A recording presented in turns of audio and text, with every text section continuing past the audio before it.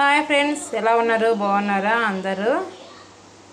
Full ఎండలు అయితే కూడా మండిపోతున్నాయండి. బయట అయితే కూడా మన ఇంట్లో అయితే కూడా రోజు మధ్యాహ్నం కూల్ ఏమైనా తాగాలనిపిస్తుంది కదా.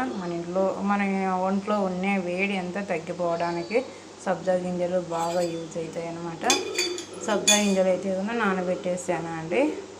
ఇదేం తొందరగా నానిపోతాయండి సబ్జా గింజలు. ఒక 5 నిమిషాల్లో నానిపోతాయి అన్నమాట. మెత్తగా ఉబ్బిపోతాయి. వీటిలోకి మనం చక్కెర వేసుకున్నాము. చక్కెర అయితే వేసేసుకున్నామండి.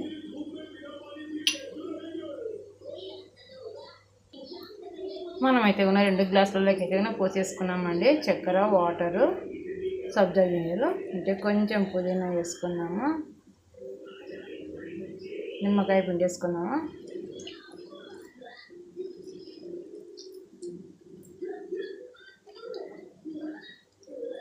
టేస్ట్ చాలా బాగుంటుందండి.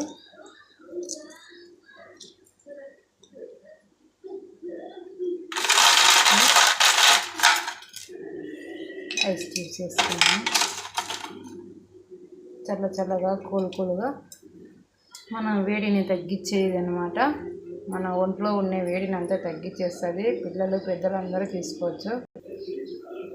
సమ్మర్లో కూల్గా సబ్జా గింజలు జ్యూస్ అండి. మీరు ఒకసారి ట్రై చేయండి.